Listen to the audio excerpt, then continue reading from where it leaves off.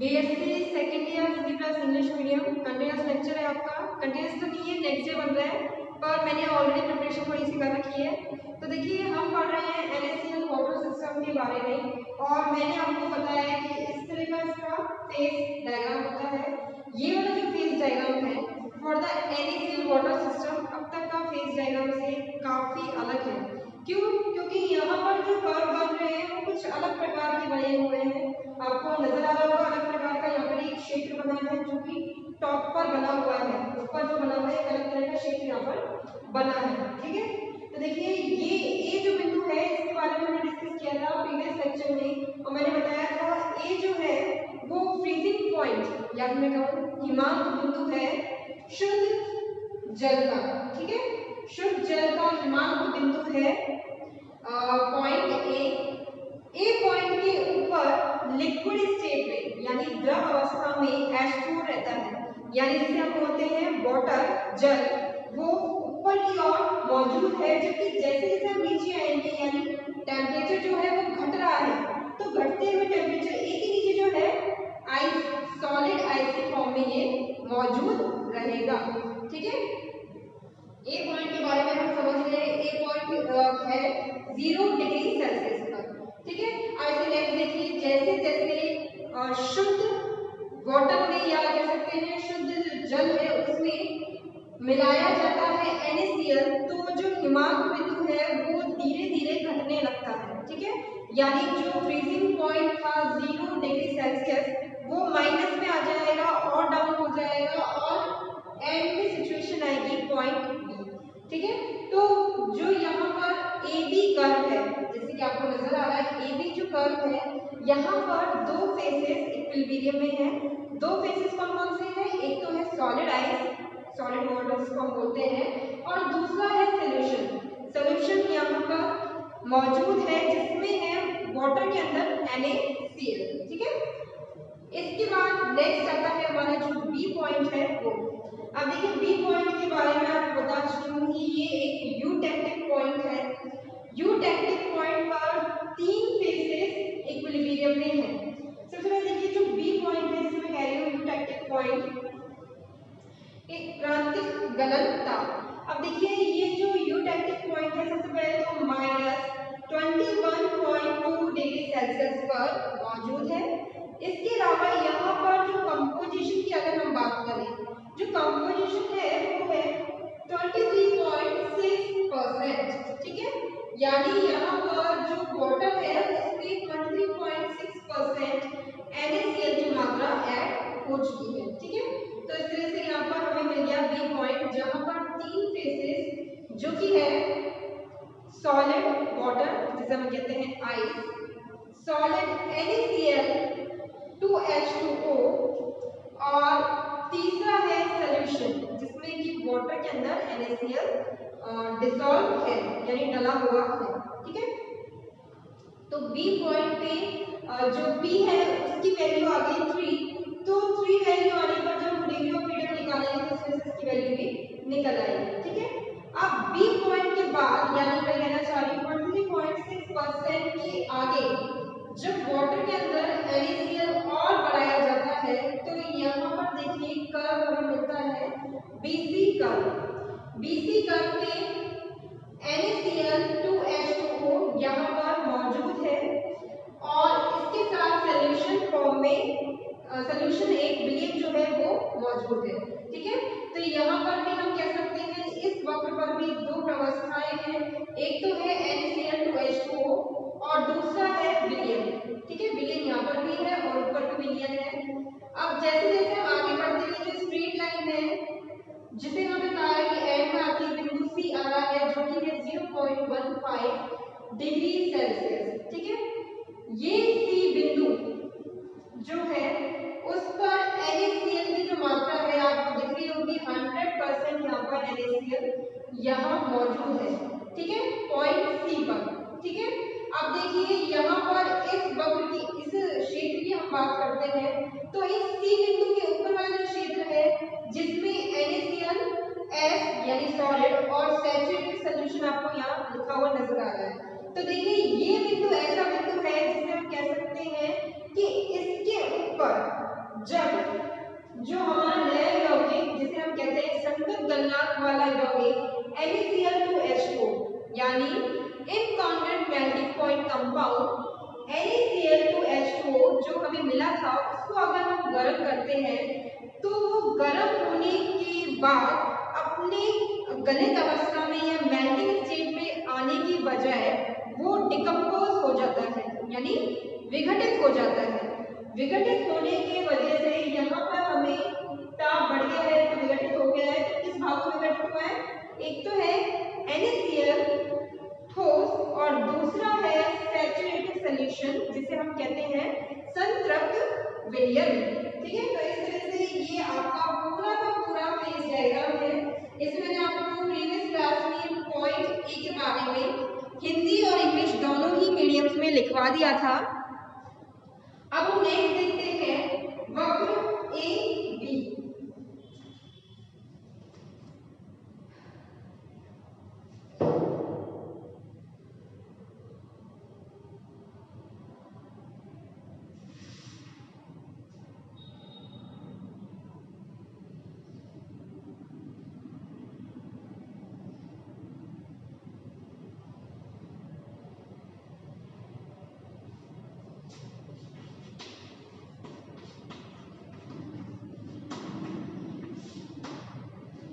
अब देखिए जब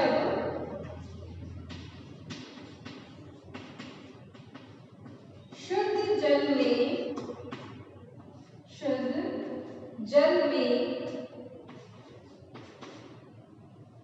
या फिर हम बात कर रहे हैं यहाँ पे बिंदु ए में NaCl मिलाया जाता है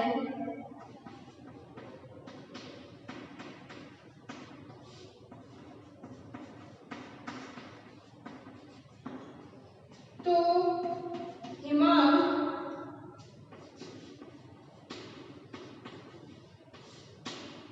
वक्र AB के सहारे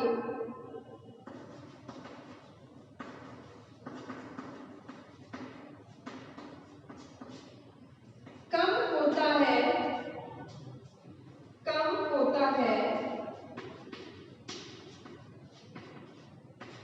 यहाँ दो प्रवस्थाएं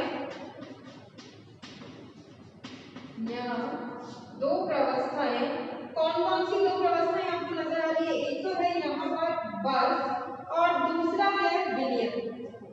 यहाँ दो प्रवस्थाएं बर्फ तथा विलयन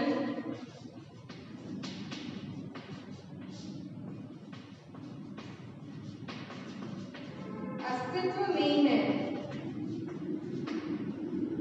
ठीक है, तो B की वैल्यू यहाँ पर आ गई 2 और हमारा जो फॉर्मूला है वो है F+P=3। तो 2 वैल्यू रखने के बाद F हमें मिल जाएगा क्या? 1। तो तंत्र हो जाएगा एक चल। ठीक है, नोट करें इसे।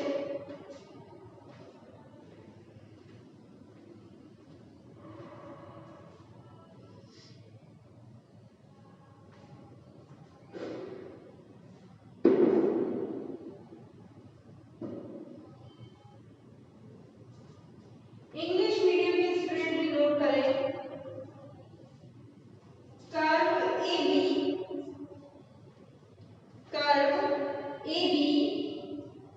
देखिए मैं अब दोनों लैंग्वेज पे बोर्ड पे लिखूंगी तो हो सकता है आपका टाइम ज़्यादा लगे, तो मैं एक लैंग्वेज बोर्ड पे लिख रही हूँ और आपको मैंने समझा दिया है दोनों ही लैंग्वेज में, और इंग्लिश में मैं आपको डिक्टेट कर देती हूँ। ठीक है, तो नोट करें curve AB when NaCl is added gradually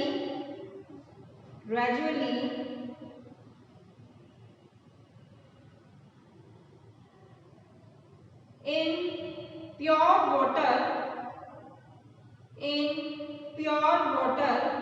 या प्योर H2O लिखें, ज्यादा बेटर ये रहेगा कि आप लिखें pure H2O।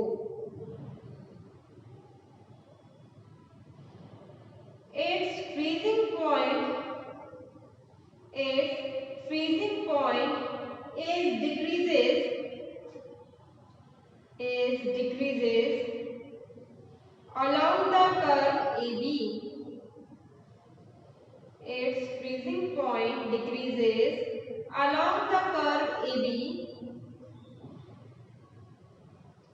Here ice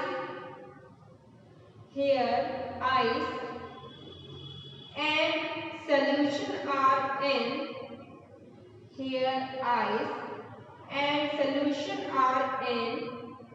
equilibrium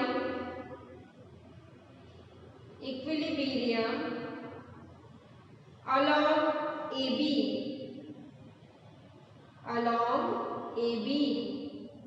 ठीक है, तो इसी तरह से आप कैलकुलेशन करें और लास्ट में आपका आ जाएगा F इक्वल्स टू 1, तो सिस्टम हो जाएगा मोनो वेरिएंट।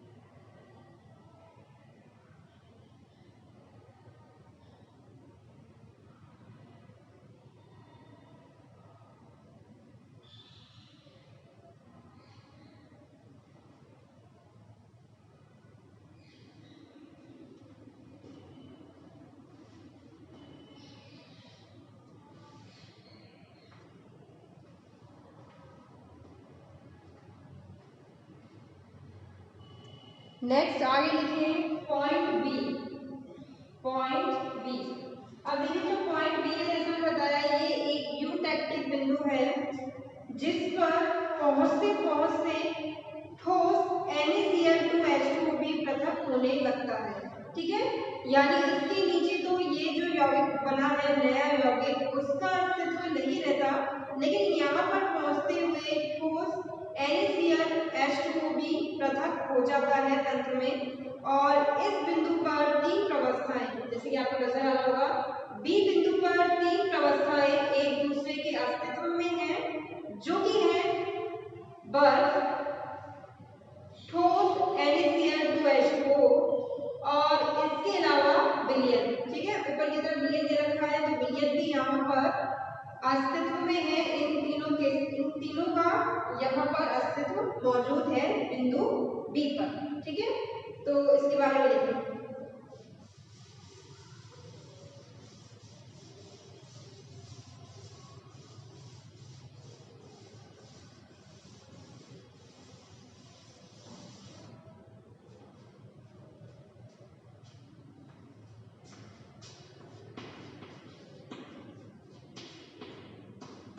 बिंदु बी। ठीक है, अब देखिए बिंदु बी के बारे में।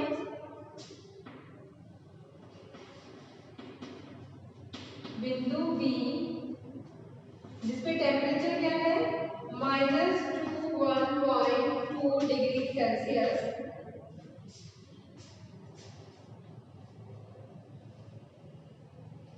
एक गलन क्रांतिक बिंदु है, या क्रांतिक गलन एक ही चीज है, गलन क्रांतिक।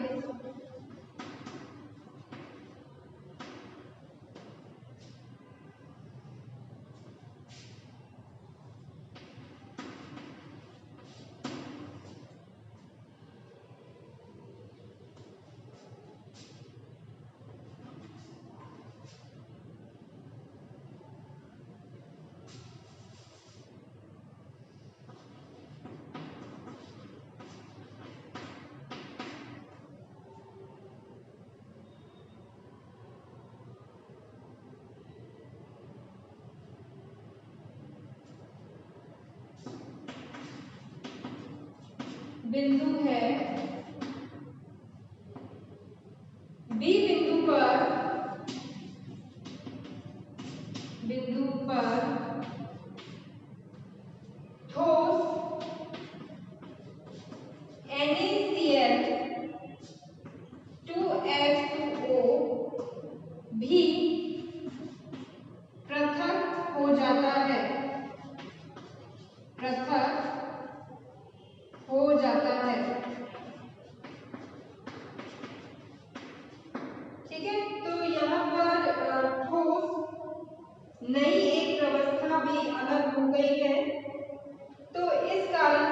यहाँ पर यहाँ 3 प्रवस्थाएं, कौन कौन सी 3 प्रवस्थाएं हैं? एक तो है बर्फ, देखिए आपको प्रवस्था कहाँ देखनी है, यहाँ पर जो मेंशन है उसे देखना है। यहाँ एक तो बर्फ है और ठोस NaCl2H2 मौजूद है, इस बिंदु के ऊपर वाले हिस्से में विलयन मौजूद है। बर्फ, ठोस NaCl2H2O तथा विलयन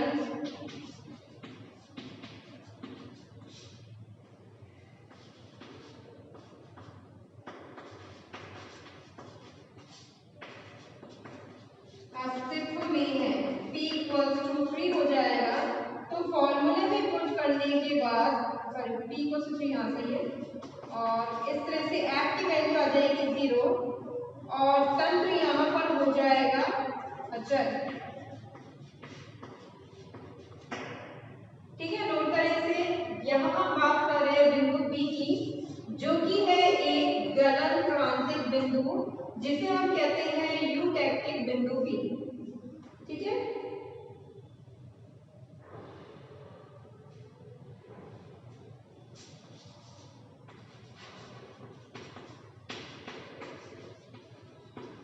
ठीक है, आप देखिए इंग्लिश मीडियम नोट करें।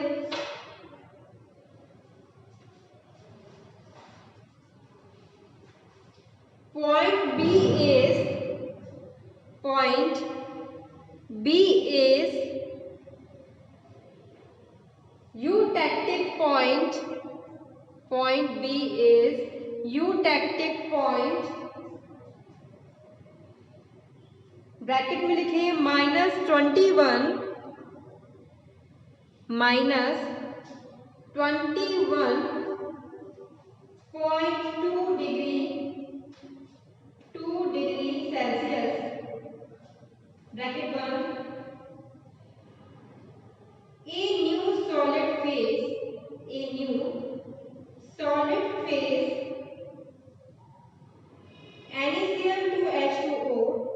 NaCl2H2O separated out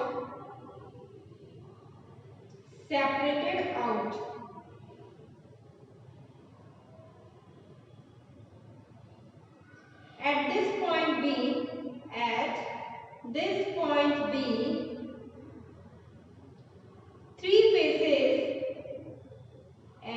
this point B, three phases, ice, solid NaCl2H2O, ice, solid NaCl2H2O, and solution are in equilibrium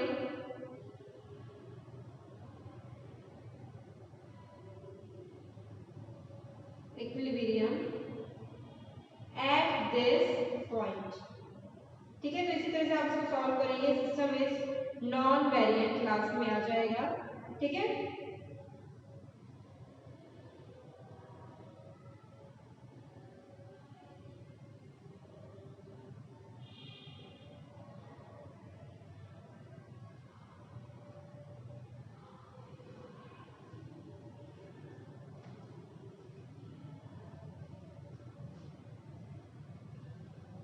आगे नेक्स्ट है कर्व BC। अब देखिए जो कर्व BC है वो रिप्रेजेंट करता है ऐसा कर्व जिसमें हम देख रहे हैं कि जब सिस्टम में फर्दर B पॉइंट के आने के बाद भी जहां पर NaCl की परसेंटेज है 23.6% से ज्यादा NaCl वाटर के अंदर ऐड होता है, तो जो फ्रीजिंग पॉइंट है अब राइज करेगा और मूव करेगा कर्व OC के अलोंग। ठीक है, सॉरी OC BC के अलोंग, B है नीचे वाला पॉइंट, B से C तक वो राइज करेगा और इस कर्व पे यानी BC कर्व पे दो फेसेस, एक तो है सॉलिड NaCl2H2O और दूसरा है सॉल्यूशन, दोनों एक दूसरे के इक्विलिब्रियम में रहेंगे। ठोस NaCl2H2O और विलयन एक दूसरे के सामे में मौजूद है।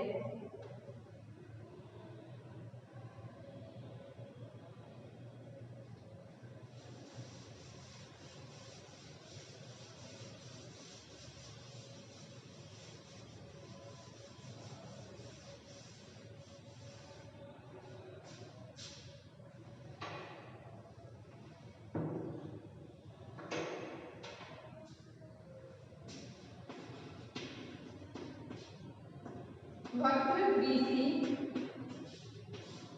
कर्व BC, जब NaCl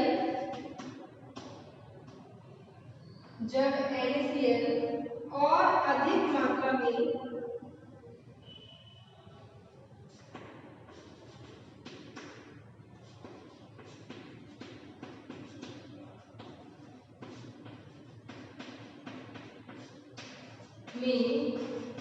मिलाया जाता है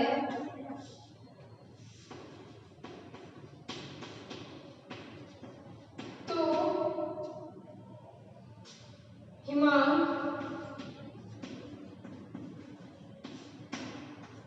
BC के साथ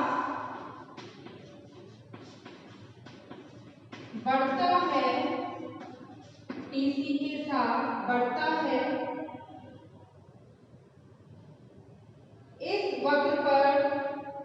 इस वक्र पर दो प्रवस्थाएं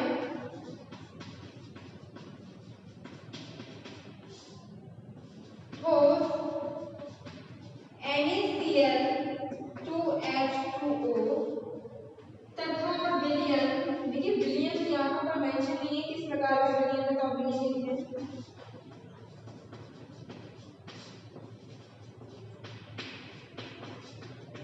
अस्तित्व में है, ठीक है। इस प्रकार से आपको इस जो वक्र है उसके बारे में बताना है कि जब बी बिंदु यानी जहां पर संगठन NaCl का वाटर में था 23.6%, उससे भी आगे बढ़ाया जाता है तो क्या होगा, फ्रीजिंग पॉइंट अब घटेगा नहीं, अब बढ़ना शुरू हो जाएगा। ए बी का नाम तो वो घट रहा था, जैसे थोड़ी मात्रा में NaCl था जब तक तो वो घट रहा था, लेकिन 23.6 के ऊपर भी मिलाते जाएंगे तो वो फ्रीजिंग पॉइंट को और आगे बढ़ा देगा और सी बिंदु पर आते आते यानी इस पॉइंट पर, या मैं कहना चाहूंगी कि यहाँ पर इस ताप पर इसके ऊपर ये जो हमारा नया यौगिक बना था वो विघटित हो जाएगा एक NaCl ठोस और संतृप्त विलयन सैचुरेटेड सॉल्यूशन के अंदर, ठीक है। अब यहाँ देखिए फेज कितने हो गए, 2 है, तो F + P इक्वल्स टू 3 में वैल्यू पुट करने के बाद हमारे पास आ जाएगा F इक्वल्स टू 1। तंत्र एक चर है, ठीक है, नोट करें। इंग्लिश मीडियम में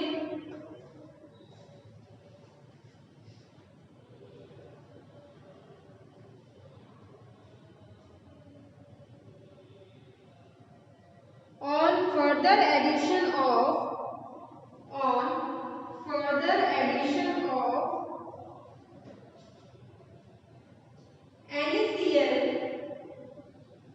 NaCl, the freezing point rise along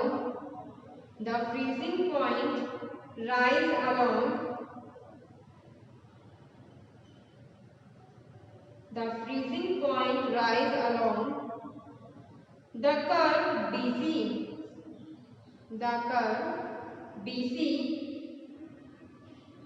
two phases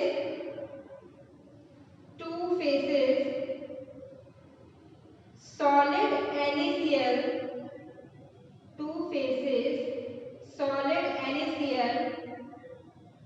2H2O,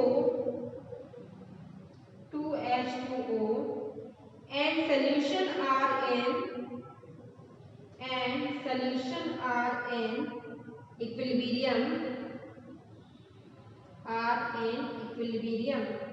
ठीक है। तो P की वैल्यू 2 रखने के बाद इसी तरह से हमारे पास F की वैल्यू 1 आ जाएगी। सेम कैलकुलेशन करें और लास्ट में लिखें सिस्टम इज मोनोवेरिएंट।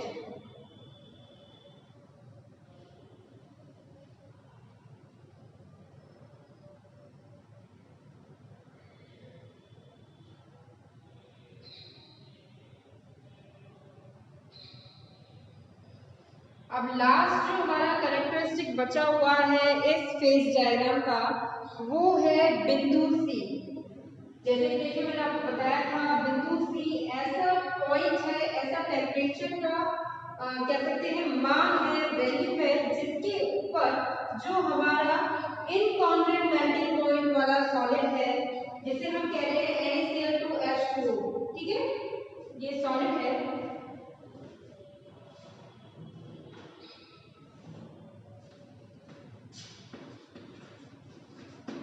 NaCl2H2O जो है वो इस पॉइंट के ऊपर या फिर इस टेम्परेचर की वैल्यू के ऊपर स्टेबल नहीं है, वो डिकम्पोज हो जाता है NaCl सॉलिड और सैचुरेटेड सॉल्यूशन में, ठीक है।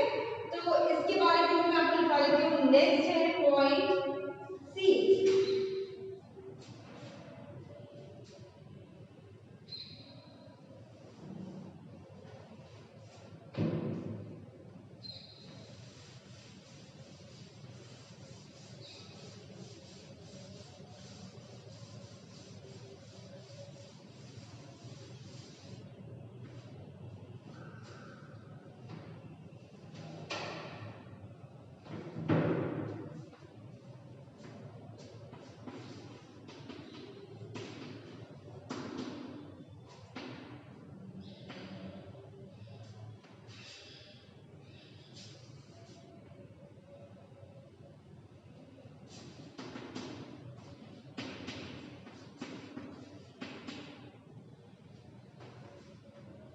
टेम्परेचर है 0.15 डिग्री सेल्सियस। बिंदु सी पर ठोस NaCl2H2O स्थायी नहीं है। ताप 0.15 डिग्री सेल्सियस बिंदु सी के ऊपर ठोस NaCl2H2O स्थायी नहीं है। यह ठोस NaCl तथा संतृप्त विलयन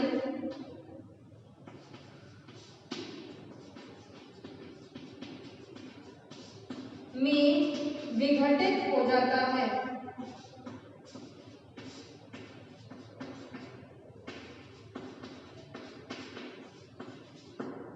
ठीक है, तो इस पॉइंट के ऊपर यानी सी जो है जिसपे टेम्परेचर दिया हुआ है 0.15 डिग्री सेल्सियस के ऊपर जो हमारा नया यौगिक बना था जिसे हम कह रहे हैं असंगत गलनांक वाला यौगिक, वह अस्थायी हो जाता है और टूट जाता है या फिर मैं कहूँ विघटित हो जाता है, डिकम्पोज हो जाता है NaCl सॉलिड और सैचुरेटेड सॉल्यूशन में, ठोस NaCl और संतृप्त विलयन के अंदर। ठीक है, तो इंग्लिश मीडियम में नोट करें। ठोस NaCl2H2O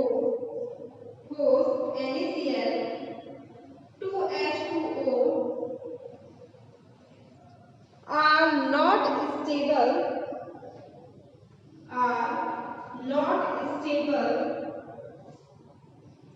above point C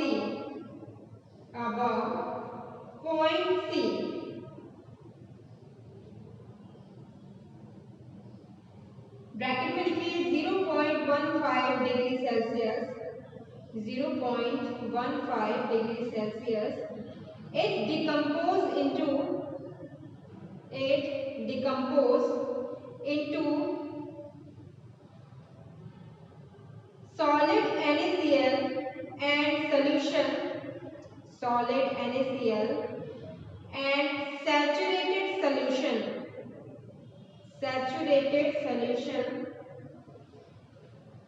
तो देखिए यहाँ पर भी कितने फेज एक दूसरे के साथ इक्विलिब्रियम में हुए, यहाँ पर भी दो मौजूद हैं, तो P की वैल्यू हो जाएगी 2 और F यहाँ पे लिख आएगा 1।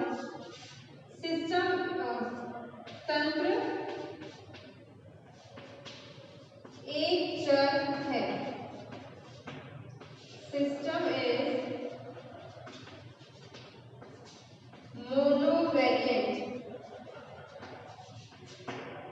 मोनोवेरिएंट, ठीक है। तो इस तरह की यहाँ पर कैलकुलेशन हो रही है, इसे आप नोट करें।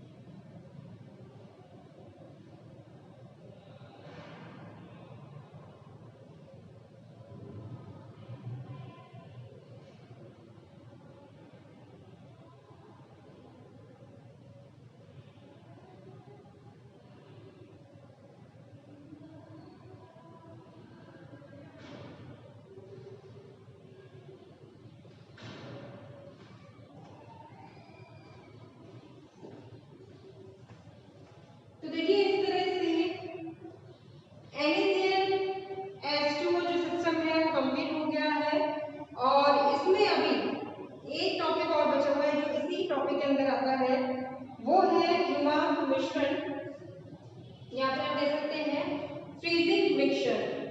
इसके बारे में, ये जो टॉपिक थोड़ा लंबा है, इसके बारे में आपको मैं सेपरेट क्लास में बताऊंगी नेक्स्ट लेक्चर में। आज के लिए इसमें इतना ही, थैंक यू।